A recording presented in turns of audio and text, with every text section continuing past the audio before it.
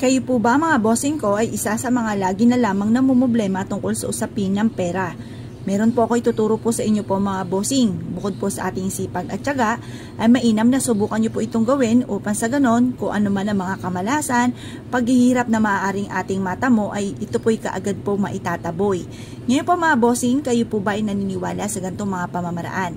Mas nainam na meron tayong mga ganito na pang-attract ng swerte at pantaboy ng mga kamalasan. Subukan po natin ang mga simpleng mga pamamaraan kagaya po ng asin at ganon din po ang 5 piso.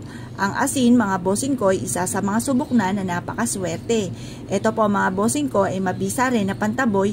Higit sa lahat mga bossing ko, ang ating asin ay nagtataboy ng mga kamalasan.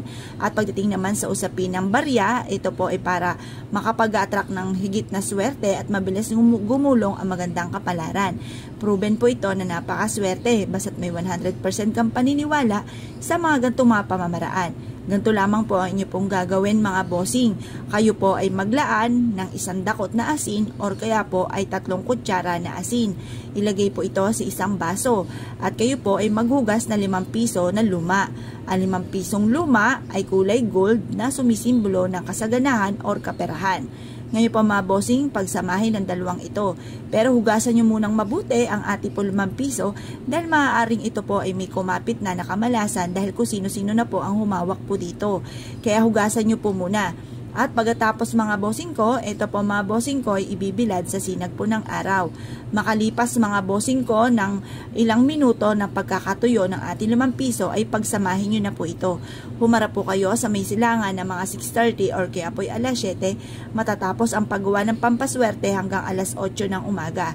Makalipas ang alas 8 ng umaga, pero syempre magukul ka muna ng panalangin, sabihin nyo po dito lahat ng gusto ninyo. Magkaroon ako ng mga bagay na matagal ko nang pinapangarap. Magkaroon ako ng sariling bahay na maganda, malaki, at disenyo na matagal ko nang pinapangarap. Ganon din po mga bossing ko, mag-wish po kayo na magkaroon ng negosyo na dito na ako yayaman. Ganon po ang pag-wish, walang gamit na sana, direct to the point. Pagtapos na po kayo mag-wish mga bossing ko, ibila dito hanggang alas 8 ng umaga. Makalipas ng alas 8 ng umaga, marami kayong pwedeng paglagyan nito. Pero unahin nyo po muna at mas mainam sa ilalim ng inyong higaan. Lalo-lalo na kung paborito kayo ng kamalasan. Makakatulong po ito upang sa ganon maitaboy ang mga kamalasan. At makatulog po kayo ng mahimbing mga bossing. At kayo po mga bossing ko instead na kapitan ng kamalasan ay puro swerte ang dumating.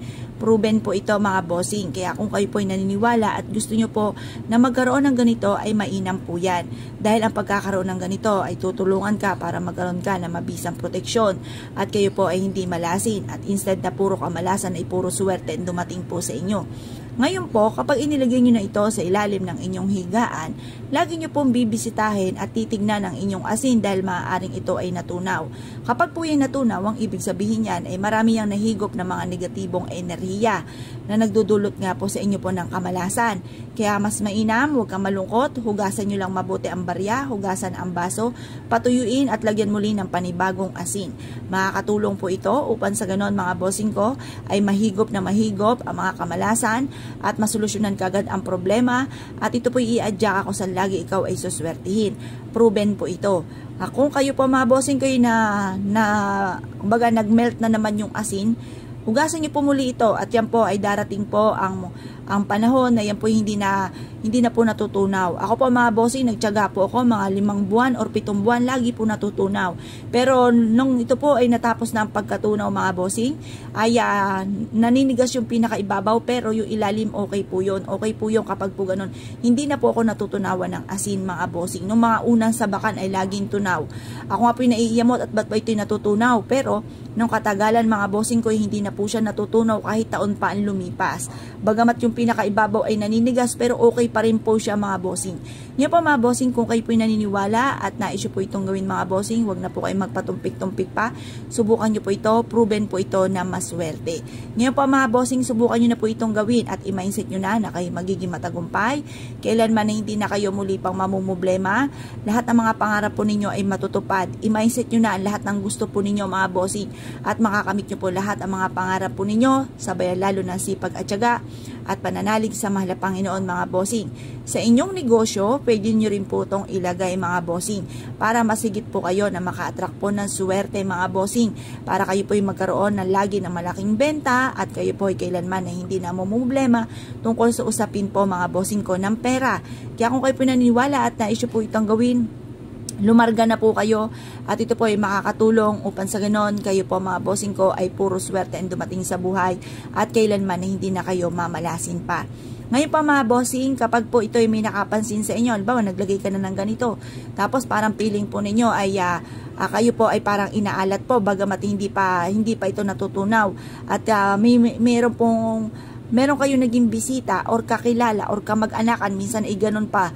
Sabihin ako, nagpapaniwala ka sa ganyan, tapos parang nakontra, parang nabales, na sinuswerte na biglang inalat pa. Hugasan nyo po muli ha mga bossing ang inyo pong asin na meron pong barya. Mas mainam kasi ito hindi nila nakikita kasi nakukontra mga bossing. Kasi minsan, yan po ay napapangunahan kaagad ng inggit. Naiisip nila baka ikaw po ay umasenso at naiinggit po kaagad. Kaya sila ay madalas ay kinukontra or may mga reliyon or hindi sila naniniwala. Kanya-kanya naman po yan mga bossing ko ng paniniwala. Ako po mga bossing, meron akong kakilala. Siya po ay merong ibang pinaniniwalaan pero kailanman na hindi ko kinontra. Kasi tayo po naman ng bawat tao ay may kanya-kanyang opinion. May iba't ibang mga paniniwala. Kumbaga paniniwala niyan, irespeto po natin mga bossing. Kaya lang may mga tao mga bossing ko na may paniniwala na dediretsahin ka na para kang siraulo, naniniwala ka dyan, nakukontra po mga bossing. Kaya pag may ganung pagkakataon, palitan nyo po muli, hugasan yung barya po ninyo, tapos palitan nyo po muli yung asin. Tapos mas mainam na hindi nakikita ng ibang tao yung ginagawa po ninyong ganito mga bossing. Or kaya po ay i-share nyo na lamang po sa kanila ang ating pong video. Kapag napanood po nila ito ay mauunawaan na po nila kung anong ibig kong sabihin at hindi na po yan kukontra. Pero may mga tao pa rin kumukontra pa rin kahit sabihin po yun. Parang basta siya hindi mapigilan ng kanyang bibig ay talaga namang kumukontra mga bossing. Kaya pag gano'n na sitwasyon mga bossing ay pagdating sa asin lang po yun mga bossing at barya, kombinasyon. Yung ibang mga pampaswerte natin, hayaan natin na nakikita po nila, okay lang po yun. Kaya lang po pagdating po sa ganito mga bossing sa asin at ang kombinasyon na barya, dapat po ay hindi na kukontra, hindi po nakikita. Kasi mas na nakontra po ito, ayan po mga bossing ko ay maaaring mabaliwala itong ating ginagawa. Kaya isikreto nyo na lang po ito mga bossing. Ngayon po mga bossing, pagtapos nyo po itong gawin, i-mindset nyo na kayong magiging matagumpay at ugaliin lagi ang pagsasalita ng mga magaganda na yayaman ako at magiging matagumpay at kalimutan ang mga pagdaing-daing na mga salita. Dahil kapag kayo nagsasalta ng mga pangit, nagtatawag kayo ng mga negatibo, mababaliwala mga bossing ko ang ginagawa natin mga pampaswerte. Kaya mas mainam panay mga magaganda ang ating pong sasabihin. Kaya kung kayo po naniniwala at nais po itong gawin, wag na po kayong magpatumpik-tumpik pa, subukan nyo po ito, proven po ito na maswerte. Yun na po mga bossing, good luck po sa inyo po lahat. Salamat po!